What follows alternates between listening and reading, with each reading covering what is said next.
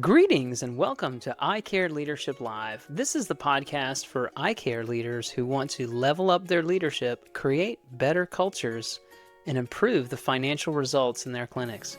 My name is Mike Lyons, and in this episode, I'll be talking to my guest, Luke Goetting, who is an expert on Gen Z, how to retain them, how to manage them, and we're going to be talking about everything related to managing the younger part of our workforce. So let's jump in. Well, welcome, Luke, to the show. I really appreciate having you. Thank you, Mike.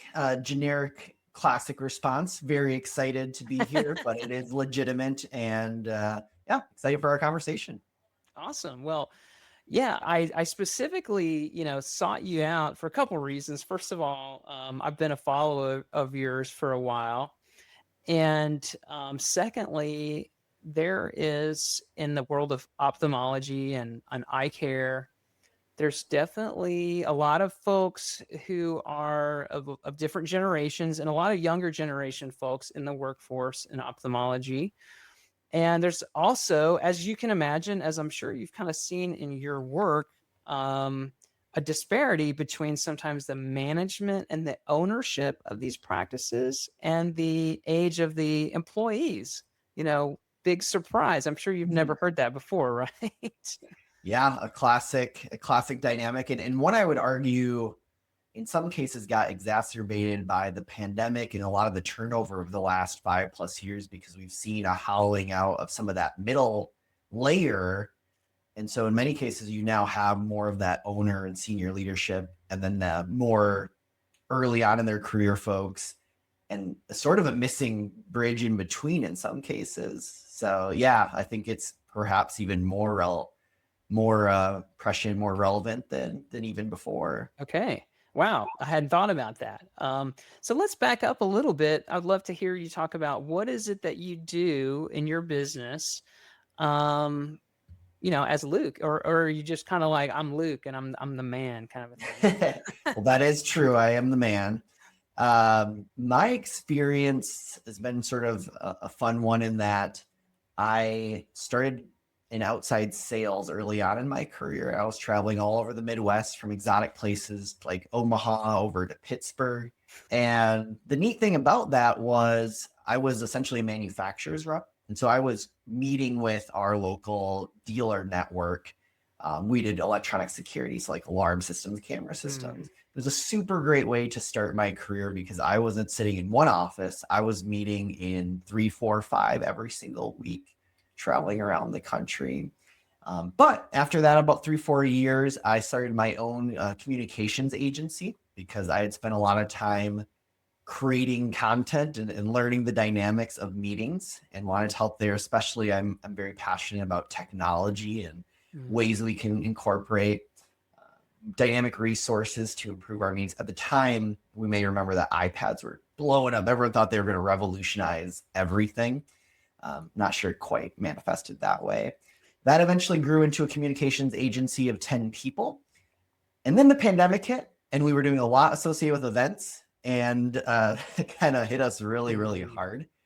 And the silver lining there was I had been wanting to get back into strategy and communication, and specifically me speaking and running training workshops more regularly and creating content around communication and around successful dynamics in the workplace. And so for the last 2 to 3 years, as sort of my post-pandemic refocus, I have been speaking at events all around the world. I've been to 4 continents, spoken in dozens of US states around unlocking the potential of Gen Z, bridging generations, especially in the AI era. And so that's what I'm primarily doing now, including, and I'm thinking we can put a link in, a brand new book about unlocking next gen talent.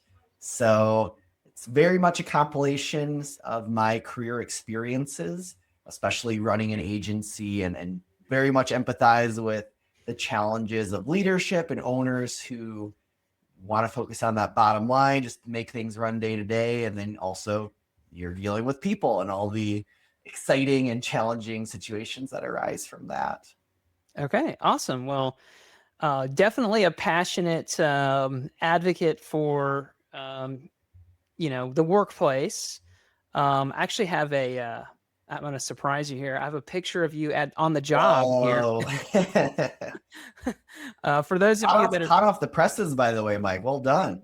I know. So yeah. So for those of you listening on audio, I just pulled up a picture of Luke in a pink suit with a pink tie, looking very dapper. And you're doing your thing. You're speaking on stage. Yes, it's funny you bring that up because that is the very first time I've worn that. It was sort of this is a funny anecdote, but like I like to get a little dressed up for New Year's, something kind of silly. And so I had this pink, literally I got that blazer, that jacket coat because I was buying another one for my speaking last year and it was on clearance for like $30 and it fit me. So like, I'll just grab that pink one too. It'll come in handy when we go to Las Vegas or something. Nice. And I wore it for New Year's Eve and I got so many compliments. I'm not usually the one getting dapper outfit compliments. And so I put on LinkedIn, I was like, hey, do y'all think I should wear this for speaking? And overwhelmingly everyone said, yeah, let's do it. So this is, as of now, my speaker outfit for 2026. Oh my That was gosh. one of the first events that I started debuting it. Wow, amazing. Well, yeah, I think you should definitely keep rolling with that. And yeah, obviously, you've finally honed your craft there. But on the topic here of generations, I think that's what's on a lot of people's minds, that I've heard from in the management of in ophthalmology practices, and it's all about staff retention. It kind of starts with staff retention, and to my mind, that there's more to it than that, but that's a lot where a lot of people's minds go. So I kind of want to get into that, but maybe let's start kind of at the beginning here. And I'm going to just be real honest here. For a long time, I just thought generational difference thing is bunk. That's not real. That's just a whole bunch of malarkey. But I'm starting to change my mind. But can you convince me I'm wrong, Luke? Convince me I'm wrong. Well, the interesting thing, Mike, is that I think you're both right and wrong, which is Wow. a safe answer.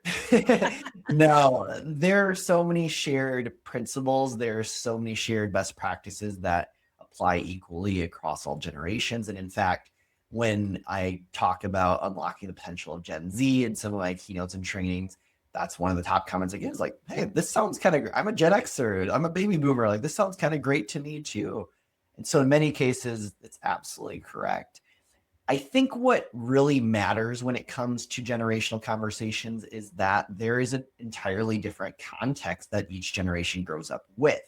Economically, the ones that really stick out to me, economically and technologically, those are very different. And what, in my mind, is so different, arguably a more accelerated change between, let's say, millennials are kind of the hybrid digital native generation, but certainly Gen X and baby boomers, is this concept of being a digital native generation. I'm using air quotes for the audio folks, where the second half of millennials, and by the way, I can do some quick definitions. Millennials born, the starting point escapes me, but like born from 1980 to about 1997. Okay. And then Gen Z born about between 1997 to 2012. So millennials now are pretty firmly like about 30 to 45. Gen Z is pretty much in their teens up to age 30. And so digital natives, especially Gen Z, they grew up in an era where they always had access to the internet. And that has changed a lot of implications. Very different way to grow up. But a few things I'll highlight from the beginning is this idea of corporate transparency. This is a generation that has never been in a situation where they couldn't simply Google something, or later on, look something up on TikTok and find an answer within seconds, within moments. And as you know, Mike, like a lot of corporate environments are not set up to function anything like that. It's very much need to know. It's very much the corner office, and people are just given tasks without really understanding that context. And that's very difficult to get buy-in around. So that's one thing. And the other thing is just speed. So again, principles might apply the same, but I'm reminded I have a Gen Z at Work podcast. I was interviewing my cousin, and I was just blown away. I'm a millennial, but I feel like in some ways, raised by baby boomer parents, like that mentality of just get into this new job, plug away for like 3 years and maybe 5 years, and like kind of come up for air, kind of see if you're being considered for promotion. Like that's pretty common knowledge or common best practice. My cousin, on the other hand, he shocked me by saying like he was basically evaluating his options in terms of he had a permanent role, and he was saying, okay, I can stay here. I'll learn like 10 to 20 to 30% more over the course of the next 6 months. I could go to a new organization. I'd probably learn 50 to 60% more over the next year or two. Or I could start my own job, probably start my own entrepreneurial ventures, probably learn 80 to 90% new elements. But not only was he thinking about that constantly, he was evaluating that at pretty much at a quarterly or 6-month interval, reevaluating it. And to me, that's a big thing that we saw during this so-called Great Resignation period in 2020, 2021, 2022, where I think organizations just didn't appreciate that digital natives, especially if they're not seeing something new that they're growing over the course of 1 or 2 years, it's super easy. It's easier than ever before to go find a new role, whether it's a full-time permanent role, whether it's something in the gig economy, whether it's some sort of hybrid solution. Like we are in a global marketplace in a way that we never were in that millennials, Gen X, baby boomers did not grow up with in that same vision and context. Yeah, and I think that that idea that employees are constantly kind of evaluating, their situation, and that can be, my mind goes a couple different places. It can be viewed as sort of as self-serving and by older folks, and I'm just going to claim I'm a Gen Xer here. But that creates frustration, right? And it creates like resentment, and that's not productive at all, right? And so I don't know, what are we to do here? What are we to do here with this idea of like, hey, the clock's ticking, what am I learning here? Right. Kind of a thing.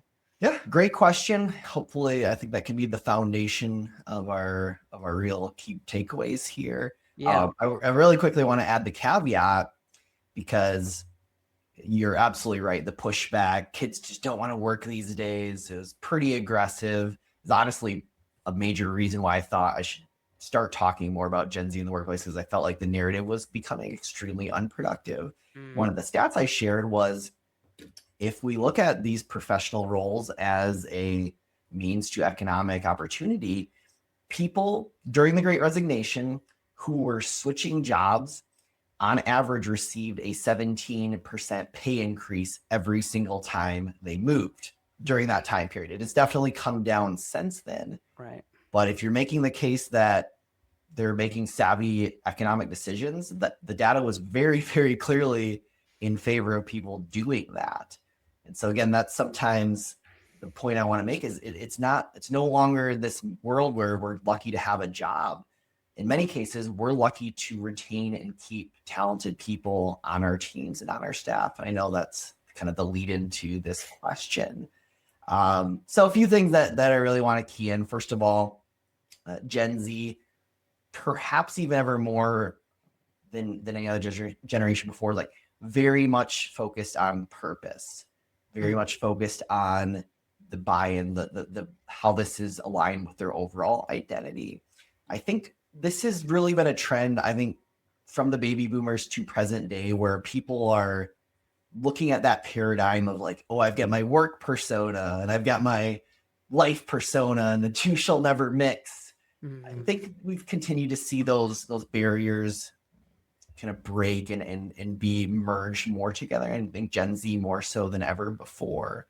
So really focusing on what are the key things that we're doing, the impacts, helping people see, helping people live better, higher quality lives. So many organizations fall in, I'm not going to call it trap, but like we put this great emphasis on our purpose and our vision and our values. We'll have like these leadership kickoff meetings in January or February or March. And that's when we lean on that.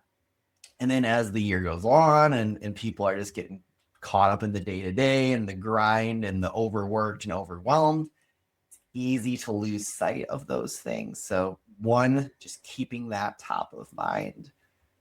Two, I would say really helping to map out opportunities for people. I just, in my example of my cousin Nate mentioned, he was constantly evaluating like what's the opportunity of me staying here and what's the opportunity cost of me staying here.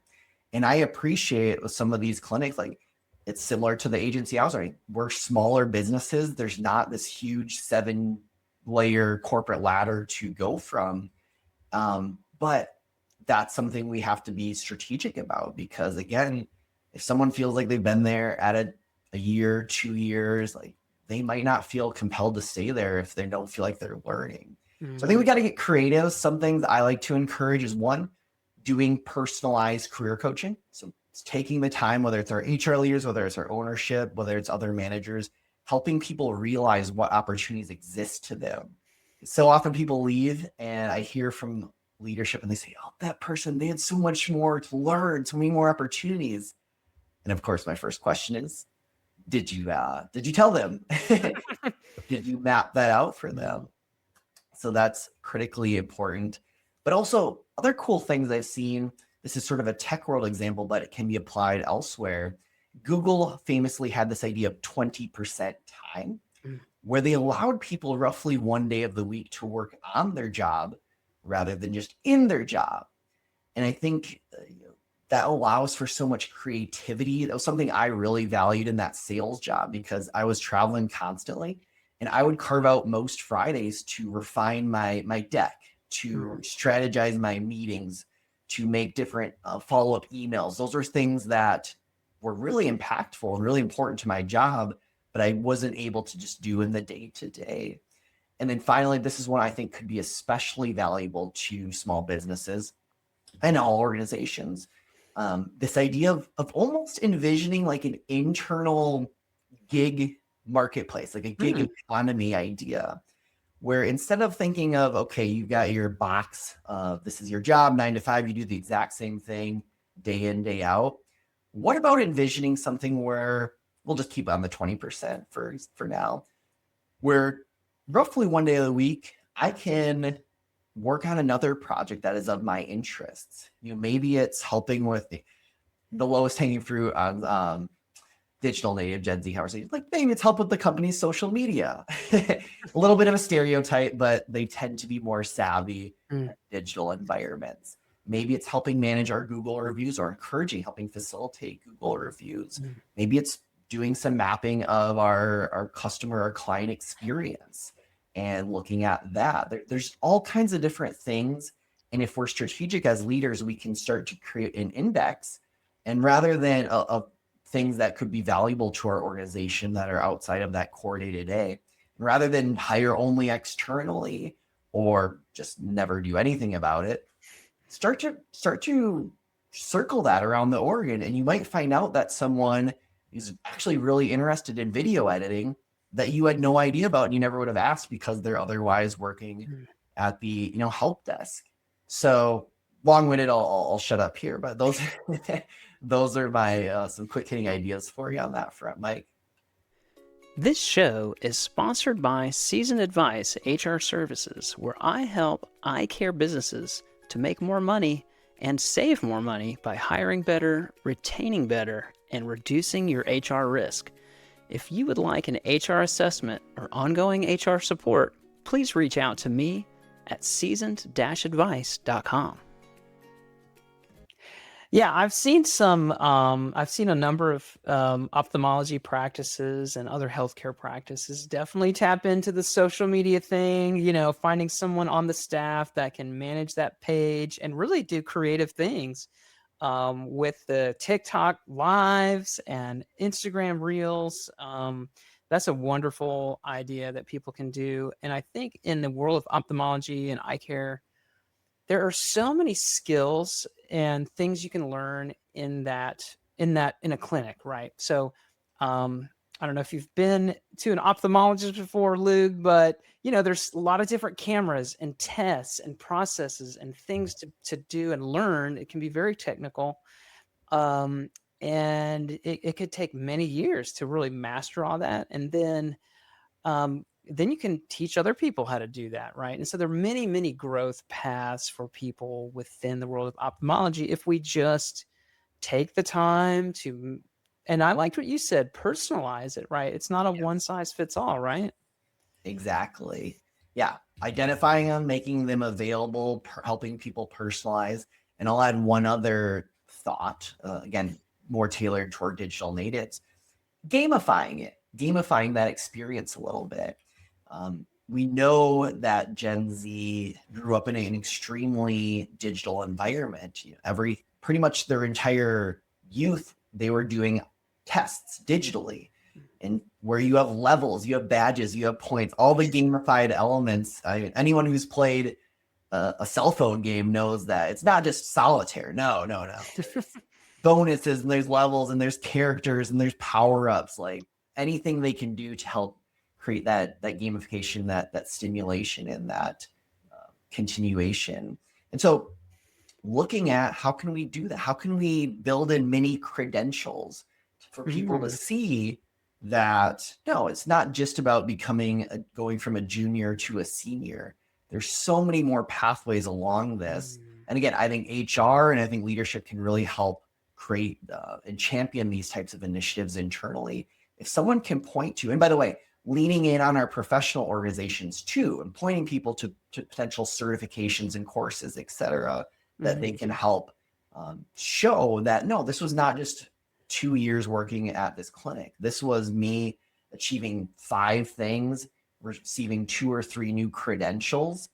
That in many cases, the studies are showing that Gen Z cares more about that skills development than they really envision themselves becoming a manager or the VP, department head, whatever. They really value those skills. So we got to, again, get creative and intentional about allowing people to see that they are making that progress. Okay.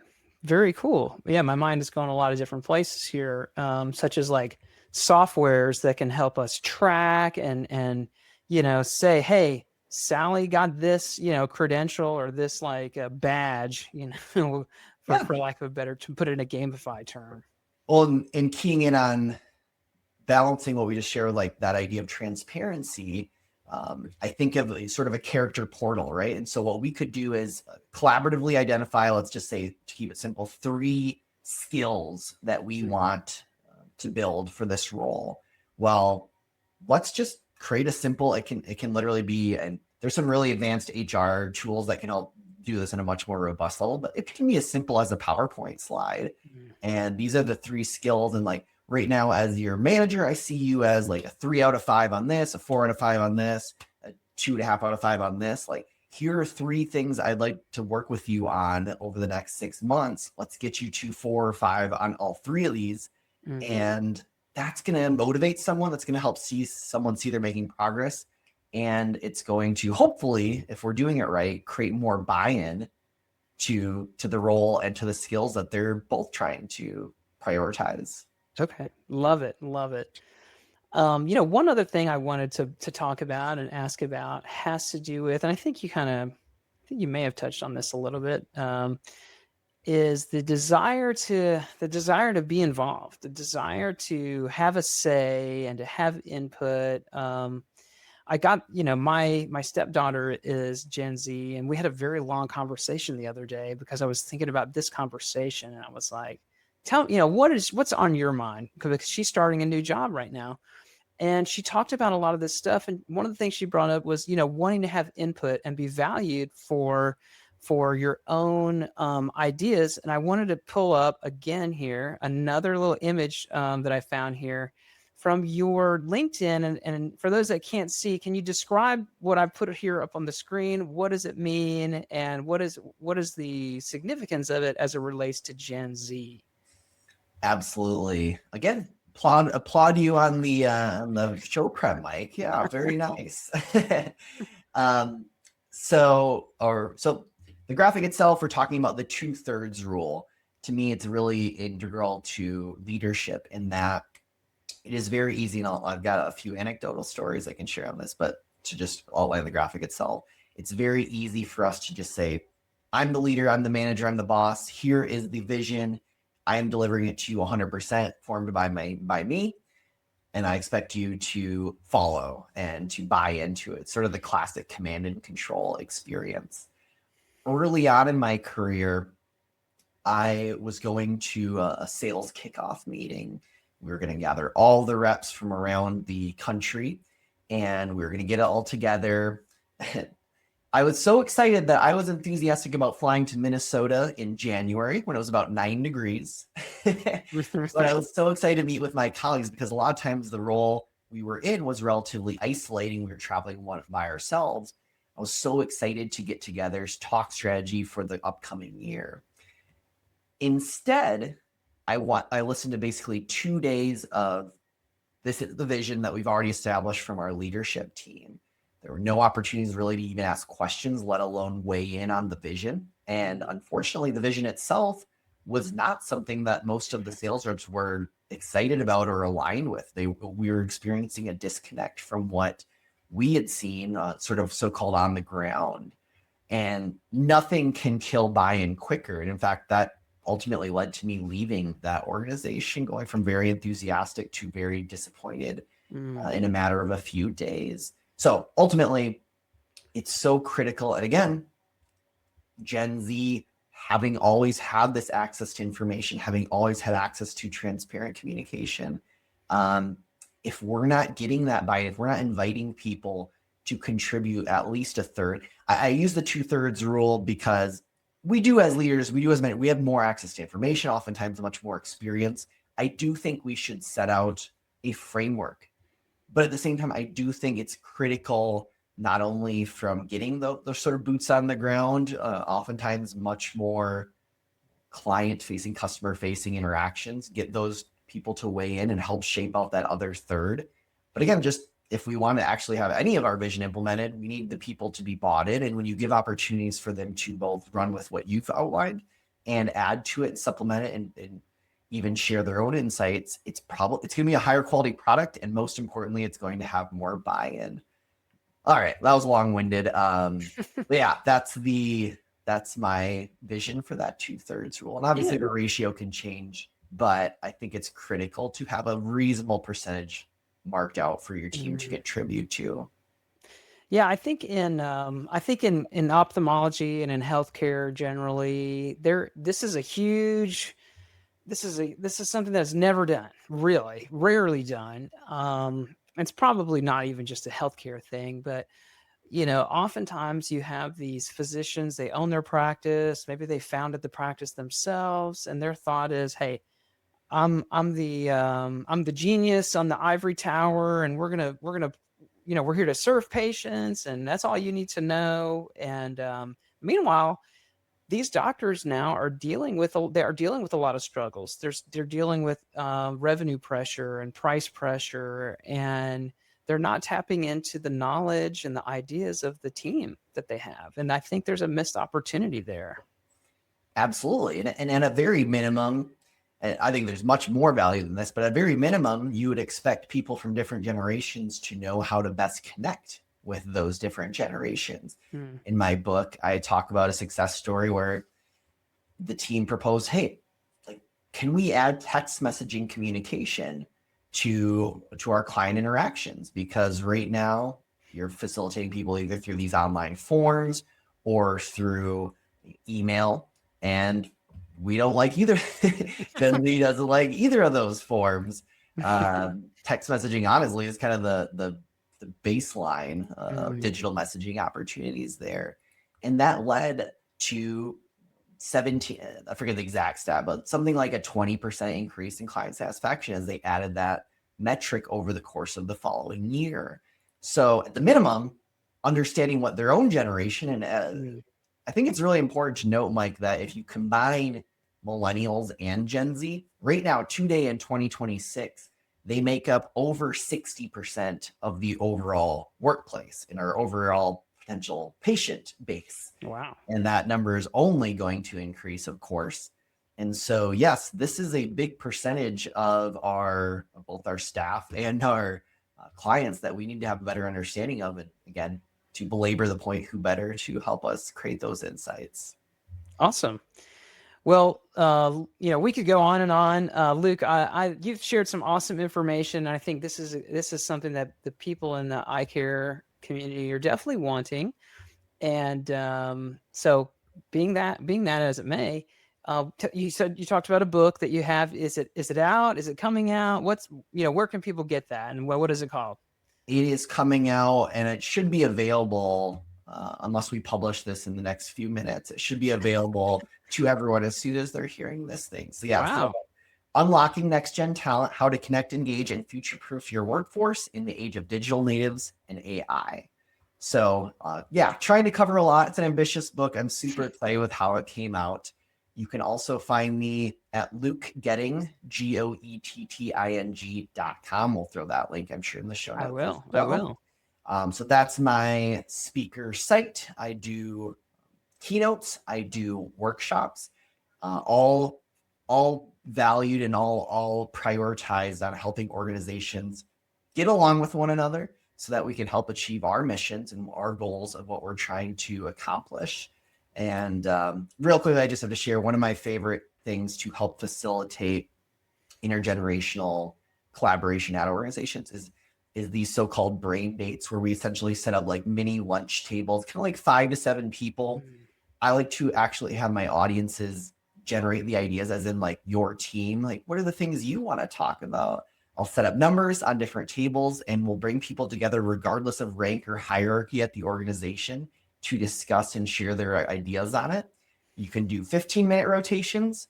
So over the course of an hour, you go to 4 different tables. You can do more lengthy if you want to do a deeper dive.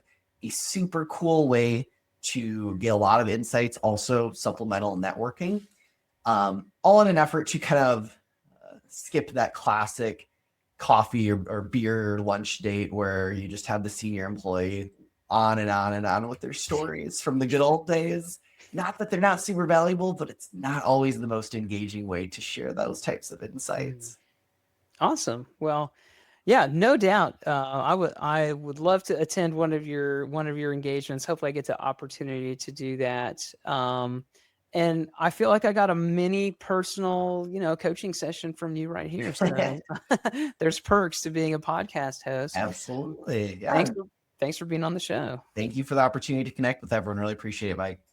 Well, that brings this episode of Eye Care Leadership Live to a conclusion. If you enjoyed this episode, please subscribe to the show on your podcast app and share it with someone who would value the content. I promise to bring you more guests and content to help make you a better eye care clinical leader. I also invite you to subscribe to my HR newsletter for eye care leaders. You can find information about that at seasoned-advice.com. Now go out there and lead with confidence.